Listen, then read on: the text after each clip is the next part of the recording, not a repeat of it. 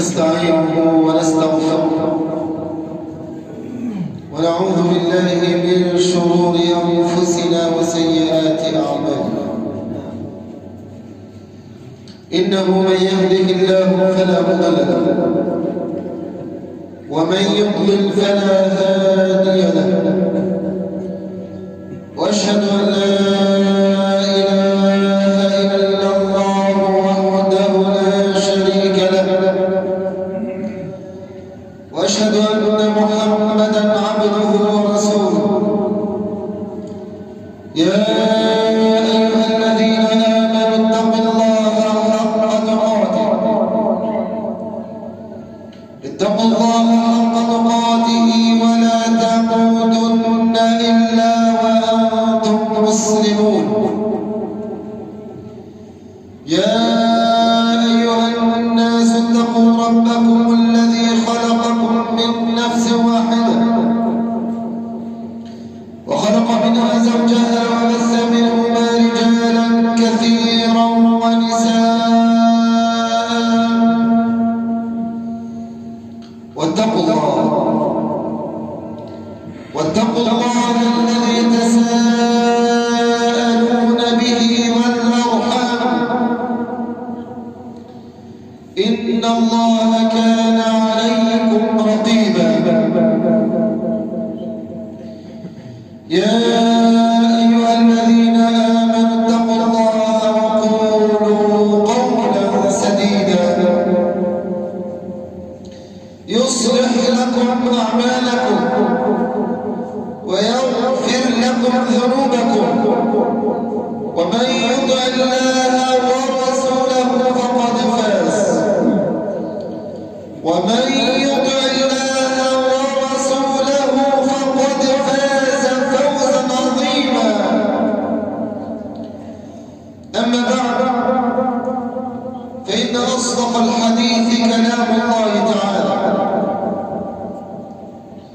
وخير الهدي هدي محمد صلى الله عليه وآله وسلم، وإن شر الأمور محدثاتها، وكل محدثة بدعة، وكل بدعة ضلالة، وكل ضلالة في النار. أيها الأحبة الكرام، آن للقلب أن يفجع، وآن للعين أن تدمع على هذه الأيام الكبار التي تأتي وتقضي سراعا، ويبقى القلب كما هو خال على عروشه.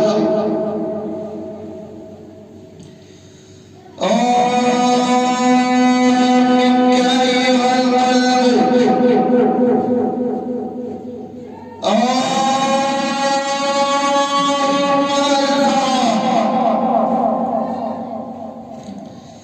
زفرة مهموم ونفثة موجوع، أن يحييه الله إلى هذه الأيام وهو يعلم أن عمله الآن معروض على الله ومرفوع إلى مولاه، ولا يزال على خطاه عاصر لمن خلقه ورباه، ولمن أكرمه وأنعم عليه وأعطاه.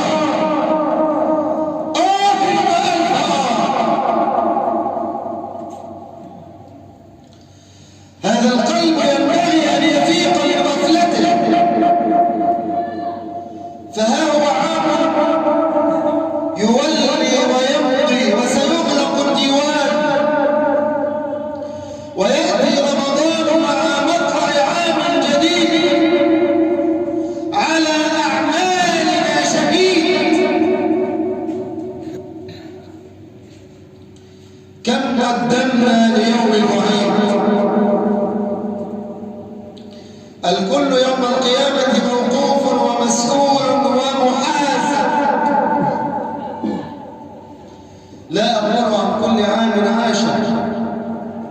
ولا أقول عن كل شهر أو أسبوع، ولا حتى عن اليوم والساعة، بل عن كل نفس يخرج ولعله لا يعود. سيحاسب وسيقف بين يدي ربه. ماذا قدمت لغد؟ شهر شعبان يأتي، شهر ترفع فيه الأعمال إلى الله ويغفل عنه كثير من الناس، ولا يزال الناس يغفلون رغم أن النبي صلى الله عليه وسلم بين عجبا لك أيتها النفس. أما وقد جاءك الخبر بأن هذا الشهر خاصة يغفل عنه كثير من الناس. كم بقي من شعبان؟ هل تذكر أول يوم مر عليك في شعبان؟ هل تذكر؟ هل تذكر أول ليلة قضيتها في شعبان؟ لم يبقى من شعبان إلا ليالي قليلة تعد على أصابع اليد الواحدة ويدخل عليك رمضان. ما ظني بنفسي إلا أني محاسب، فإذا نظرت في أعمالي ظننت أني من أصحاب النار. لعل منا من يتيقن من نفسه أنه إلى النار محشور، ولولا أن رحمة الغفور هي التي تأخذ بناصيته إلى جنته ومرضاته لم ينجو، لن يسلم منها أحد. إن منكم إلا واردها. هذا أمر كان على ربك حتما مقضيا.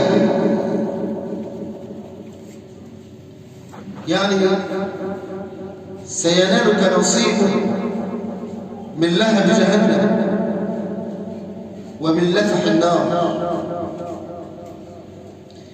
ألا تخشى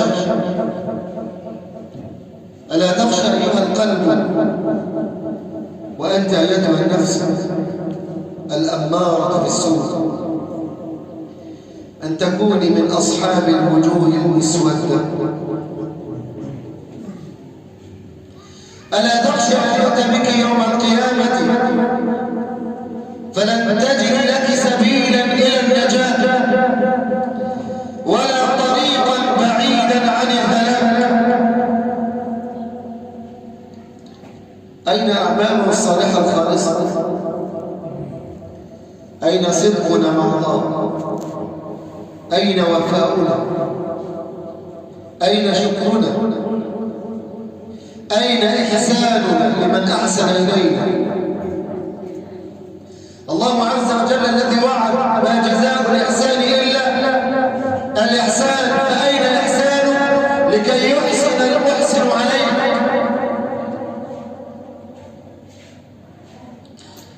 فهو شهر شعبان أوشك على الإنصاف، ونحن الآن على مقربة وعلى استعداد نعد العدة ونجهز لاستقبال شهر رمضان. شهر رمضان الذي إذا استمعنا إلى اسمه قل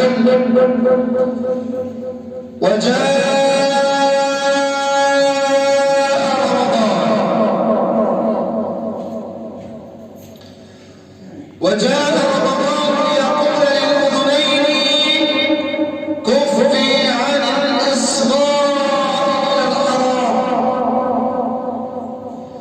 وجاء رمضان ليقول للنساء كف عن التحدث بالحرام.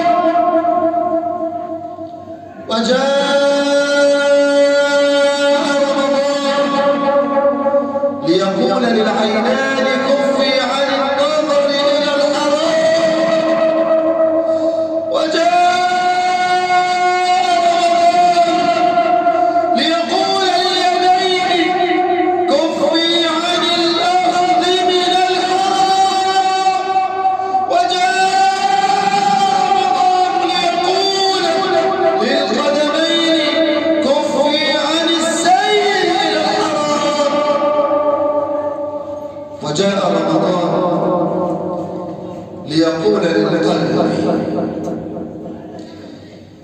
كف عن الحرام. جاء رمضان ليقول لبني الإنسان عليك بتقوى الرحمن.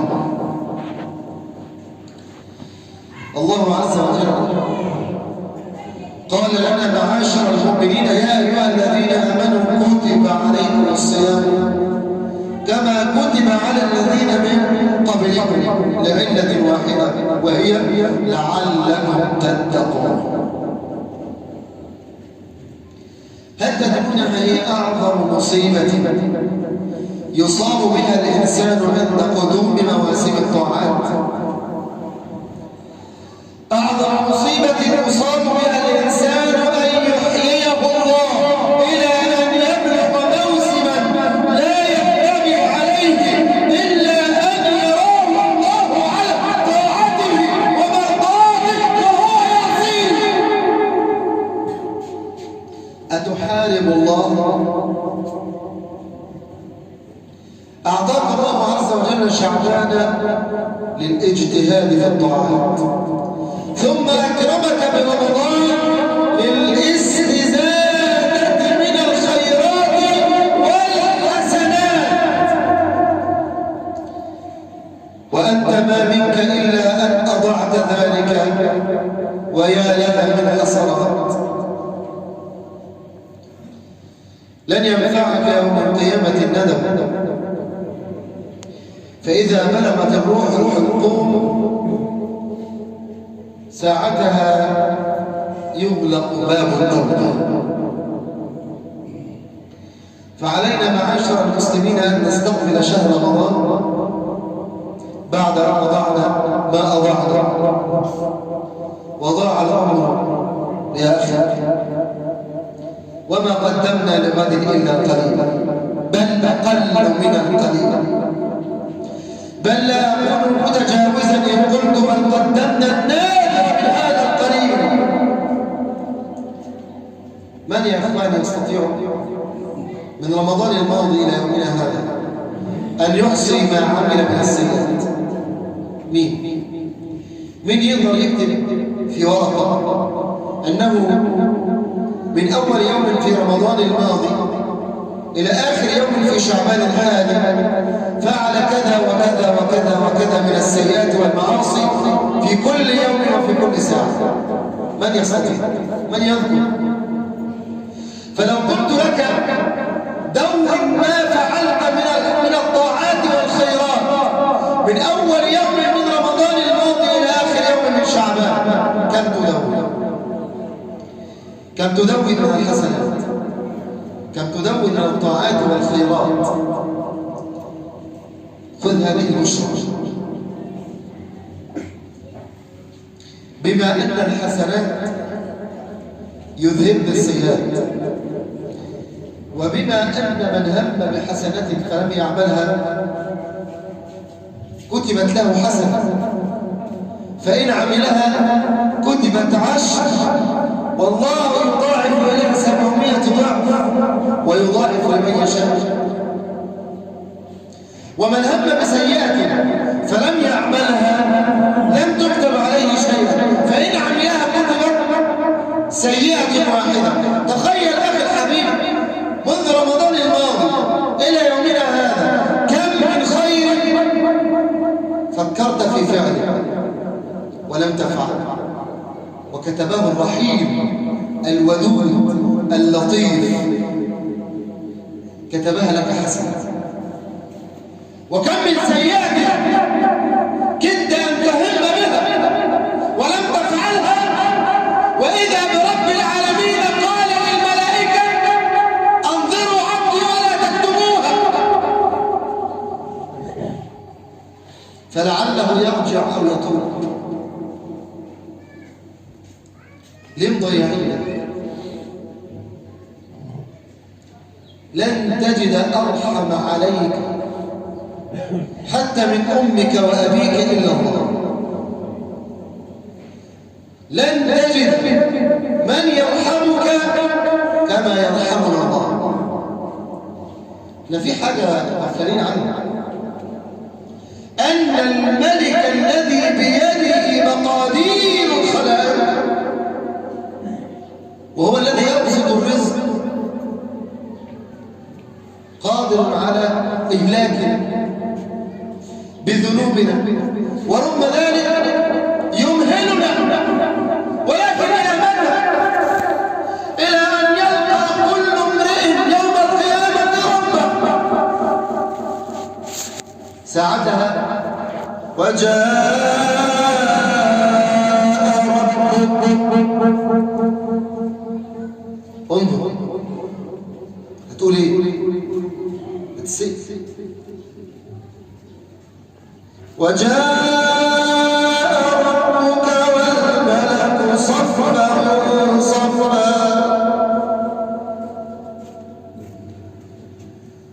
وها هي جهنم التي شعارها الأساسي هل من مزيد، وشعار أهل الدنيا الذين يرغبون فيها هل من مزيد. لقد اتفقت النار بشعارها مع من رغب في الدنيا ونسي، فالكل يقول هل من مزيد. وجيء يومئذ بجهنم، يومئذ يتذكر الإنسان، بس مش هينفع للأسف. حتى إذا جاءه ملك الموت وأراد بقبض روحه فإذا به يريد أن يستأذن من ربه ويقول يا رب ارجعون. انظر إلى العبد وضعفه.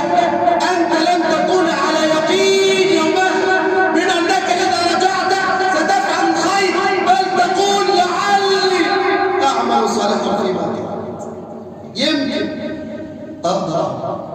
طب ما دام يمكن ترجع ليه بقى؟ بدل ما ترجع وتزود السيئات خليك هنا أحسن. فالله عز وجل أرحم بك من أمك وأبيك. ربما نجد نفعل من السيئات والله يمهله، والله يصبر علينا، والله يمن علينا بالنعم والعطايا، والله لا يحرمنا. هو يعطي ونحن لا نشكر، وإذا منع عنك منع بابتلاء، إذا صبرت أجرت عليه. وإذا علمت يقينا أن الله يختبرك واجتهدت في طاعته تحول ذلك من نعمة إلى نعمة.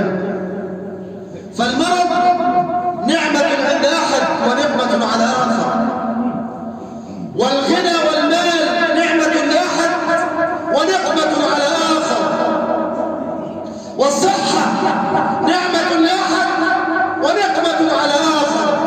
فهذا الذي مرض وصبر له الجنة، وهذا الذي مرض ولم يصبر وقلق له النار. وهذا الذي رزقه الله بالمال الوفير وأغناه الله وشكر فزاده الله وأنعم عليه في الدنيا وفي الآخرة بجنته ومرضاته. أما الذي لم يصبر ولم يشكر نعمة الله تبارك وتعالى على السعة في الدنيا كان المال وبالا عليه يوم القيامة، ولعله يموت ببلاء لو أنفق ماله ومال أهل الأرض جميعا عليه لن يمنعه عن البلاء إلا الله. لماذا ينبغي أن تعلم أن أمرك كله بيد الله؟ فلماذا الإضاعة؟ جاء رمضان، ماذا ننتظر؟ رمضان لم يأتي من أجل جمع الأرز والمكرونة، ولم يأتي من أجل أن نبحث عن لبس العيد وكحك العيد، إنما جاء رمضان لننظر. أنت بتمتنع عارف عن إيه؟ عن الأكل والشرب وعن إتيان الزوج. عارف ده معناه إيه؟ إن المباحات التي أنعم الله عز وجل بها عليك وأعطاك إياها، قال لك التوقيت ده ما تقربش له. أنت بقى صايم، لا بتاكل ولا بتشرب ولا تقترب من الزوج، لكن بتكذب وتغش وترتشي وتسرق. ايه ده؟ قال رسول الله صلى الله عليه وآله وصحبه وسلم: من لم يدع قول الزور والعمل به فليس لله حاجة في أن يدع طعامه وشرابه. خلاص. فرب صائم ليس له حظ من صيامه إلا الجوع والعطش. يا مسكين، أنا عايزك تدخل رمضان بقلب جديد، قلب من حديد. انزع الدنيا 30 يوم يا مؤمن، 30 يوم ما يضيعوش. بلاش المهزله اللي بتشوفها في كل حاجه، احنا فاهمين غلط. يجي رمضان اول ليله يمتلئ المسجد الى امته الى اخره، بل الشوارع المحيطه، بل كل المساجد، بل لعل المسجد والمسجد المجاور يلتحمان من كثره الناس والمصلين. ثم اذا انفلت اليوم الاول، ثم اليوم الثاني، ثم الثالث، فإذا بالمساجد قاوية على عروشها، ولا نرى هؤلاء الذين حضروا في أول ليلة أو ليلتين، لا نراهم إلا في ليلة 27 وقد انتهى رمضان. بل أقول لك إن من أئمة المساجد، من أئمة المساجد من يصلي إلى ليلة 27 ثم يترك وكأن رمضان قد انتهى. إيه ده؟ ازاي ده؟ أما لما احنا نعرف أن النبي صلى الله عليه وسلم كان إذا دخلت العشر الأواخر من رمضان، مش الأوائل، العشر الأواخر، شد مئزره وأيقظ أهله وقام الليل كله. احنا بنيجي العشر الأواخر نعمل ايه؟ اللي بيشتغل وردية واحدة بيشتغل 2 أو 3 عشان العيد عن الشيء، في لبس عيد وكحك عيد وعديات يعيروني، ينفعش. عايزك مبلغ وقدر، تقوم حضرتك تيجي في العشر الأواخر اللي هم أهم 10 أيام في العام كله في طاعة الله، اللي فيهم ليلة خير من 1000 شهر، وتقوم تنشغل، تقوم تدور على الدنيا. شفت بقى انت مضحوك عليك، نفسك ضحك عليك، وشيطانك ضحك عليك، والدنيا والناس ضحكين عليك. يبقى لازم بقى تفوق. السنة دي انا مش هعمل، بس الكلام جاي متأخر يا عم الشيخ، احنا رمضان خلاص وما لحقناش نحوش حاجة. هتحوش ليه؟ حد ضامن عمرك؟ هو انت ضامن تعيش العيد؟ هو انت ضامن تشوف العيال وهم لابسين لبس جديد؟ هو انت ضامن تفطر معاهم ليله العيد؟ هو انت ضامن تعيش لرمضان اصلا؟ اعلنها من الان، قل له يا رب انا جئت الى بابك يا الله، لا غايه لي الا رضاك، لا رغبه لي الا طاعتك، لا ارجو منك الا مغفرتك وعافيتك. يا رب نواصينا بيدك، وماض فينا حكمك، وعدل فينا قضاءك، الحمد لله، فأكرمنا يا الله واعف عنا. ايه ده يا رب؟ حرك الحجر اللي جوه، اسجد وابكي. حتى في النافلة ركعتين بس يشغلوا القلب، يحركوا الموتور، زود الزيت والبنزين،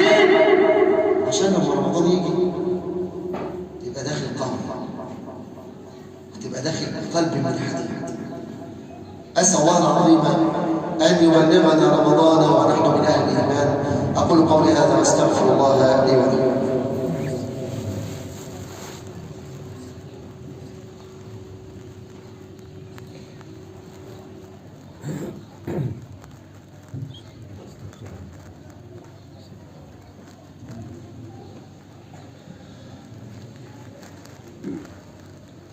الحمد لله والصلاة والسلام على رسول الله صلى الله عليه وآله وصحبه وسلم تسليما كثيرا. أمور كثيرة من الله في الدنيا خاصة في رمضان ما ينبغي أن تكون أنتقل في مثل هذه الأيام. إزاي حضرتك وانت صايم مش المفترض ان الصايم ده يقول انا روحي في مناخير؟ بالعكس، انت صايم ممتنع عن الطعام والشراب وغيرها من المباحات. شوف القوه دي كلها، ما تقوليش بقى روحي في مناخير. انت كده قوي الايمان، قوي بطاعه الرحمن. اوعى نفسك تضحك عليك بتقول لك انت ضعيف، انت مش لازم تستحمل. حرارة الجو بدأت ترتفع، معقولة هنقدر؟ هنقدر زي كل عام. بس أنا مش عايز أمتنع عن الطعام والشراب وغيرها من المفطرات، فإذا بي أقع في بعض الملمات التي إن لم تنقض الصيام كله تنقص أجره. ده مش زكاة. قوتك دي وامتناعك ده كله من الفجر الى المغرب، كمل بقى خليك طول. فاذا بنا نرى في نهار رمضان من يصوم، من يسرق، من يغش، من يرتشي، من يفعل ويفعل. ده لسه يفعل. هو جه بقى رمضان عشان يقول لك خلاص. حتى لو انك كنت تفعل ذلك قبل رمضان امتنع في رمضان. عارف ممكن ربنا يكافئك بايه؟ انك لو انت تفعل الذنب ليس رغبة منك وانما غصبا عنك لضرورة من ضروريات الحياة، يفرج عنك ويسهل لك الأمر ويحول بينك وبين معصيته. عصيتك؟ يعني لو انت استخدمت رمضان في انك تمحي مصايب السنة اللي فاتت، شعبان اللي فات ومن رمضان اللي فات اللي موجودة في شعبان السنة، تشتغل في رمضان ده عشان تنظف. حتى إذا تذكرت يوم العرض، افتكر معايا كده، عندما يأتي الله عز وجل بالناس جميعا يوم يخرجون من الأجداث سراعا كأنهم إلى نصب يوفضون. قوموا كل الخليقة كله يأتي إلى الله تبارك وتعالى. فمن الناس من يأخذ كتابه بيمينه ومن الناس من يأخذ كتابه بشماله أو وراء ظهره. اللحظة دي صعبة، مهما تخيلت من صعوبات الحياة فهذه من أصعب الصعوبات. والله الذي لا إله غيره أظن أن هذه اللحظة هي أشد اللحظات في أرض المحشر. ولذلك عندما يقف الناس جميعا تحت الشمس، والشمس تندو من الرؤوس هكذا، الشمس هذه تندو من الرؤوس هكذا، حتى أنه من الناس من يقول يا ابدأ الحساب ولو إلى النار، من شدة ما يجد من حرارة الشمس. فمن الناس من سيقف ويكون عرقه إلى كعبيه، ومن الناس من سيكون عرقه إلى ركبتيه، ومن الناس من سيكون عرقه إلى حقويه ووسطه، ومن الناس من يكون عرقه إلى رقبته، ومن الناس من يغرقه العرق إغراقا، وكل حسب ذنوبه. انت بقى وانت واقف في يوم القيامة في أرض المحشر والشمس من فوق رأسك، العرق هيكون عندك لحد فيه. يوم ينادى عليك يا فلان لكي تأخذ الكتاب بأي شيء تجيب، هتقول ايه؟ هتروح فين؟ رجع كده الشيخ فاتح، ياه ده الذنوب كتير قوي، ده احنا محتاجين رمضان قوي، احنا مش محتاجين رمضان شهر كامل، انا محتاج يوم واحد، يوم واحد من رمضان. يقول النبي صلى الله عليه وسلم من صام يوما في سبيل الله باعد الله بين وجهه وبين النار 70 خريفا. شوف حضرتك صمت كم يوم طول عمرك اللي فات، كم يوم بقى من الايام اللي صمتها دي كانت في سبيل الله حتى يباعد بين وجهك وبين النار باليوم الواحد 70 سنة. احسبها كده وشوف كده، افتكر فعلا انا عندي 30 سنة او 40 سنة صمت 10 شهور رمضان، صمت 20 شهر رمضان، شوف في كم يوم، شوف كم يوم منهم كان خالصا لوجه الله، لم يكن فيه ذنوب ولا معاصي ولا مخالفات، ورضي الله عنك في صومك، فكان ذلك اليوم سببا يوم القيامة أن يباعد بين وجهك وبين النار 70 خريفا. محتاج كم يوم في رمضان؟ ده أنا على الكلام ده محتاج كل رمضان. طب لما يجي يقول لك العشر الأواخر فيهم ليلة ب1000 شهر، يبقى العشر الأواخر تعمل فيهم ايه؟ ده انا اخدهم اجازه، ده انا انقطع لله. عشان كده كان فيهم اعتكاف، عشان كده العشر الأواخر فيهم ايه؟ اعتكاف، لان والله كل لحظه، مش كل يوم، مش كل ليله، كل لحظه الامر صعب، ده شدائد الدنيا. يقول لك جعانين وعطشانين ومشتاقين والدنيا غلا، امال لما مفيش يوم القيامه بنحر الشمس ونار جهنم اللي مستنيانا، هنقول ايه؟ يوم عند ربك ب50,000 سنه، 50,000 سنه واقفين منتظرين الحساب، هنقول ايه؟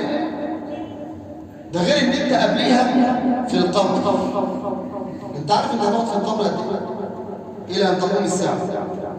من يوم ما تموت وتوضع في القبر الى ان تقوم الساعه، دي كم الف سنه؟ آدم عليه السلام من يوم أن مات إلى يوم الناس هذا كم 1000 سنة وهو في قبره. أبناؤه من الذين أذنبوا بيعاقبون في قبورهم بقالهم كم 1000 سنة.